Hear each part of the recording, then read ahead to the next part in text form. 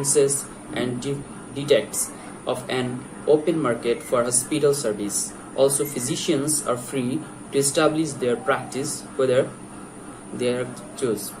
There is no health planning at the federal level, and state planning efforts vary from non-of-state review of hospital and nursing home construction project. In areas without sufficient private providers, e.g. inner cities and remote rural areas, federal and state fund program provides some primary care and populations not otherwise served by free for service FFS system.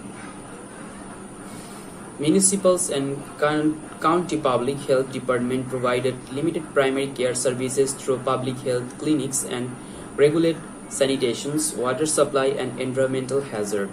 Most hospitals are owned by private non-profit institutions.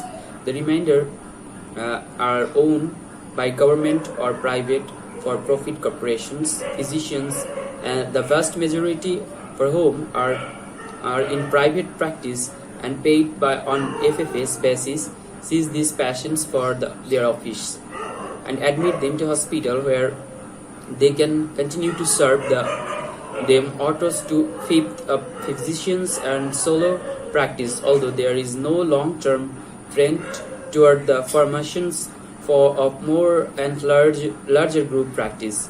The proportions of solo practice is shrinking only a very slow rate. The relatively small number of physicians is not in FFS sectors but is employed by the government, corporations, managed care network, or hospitals.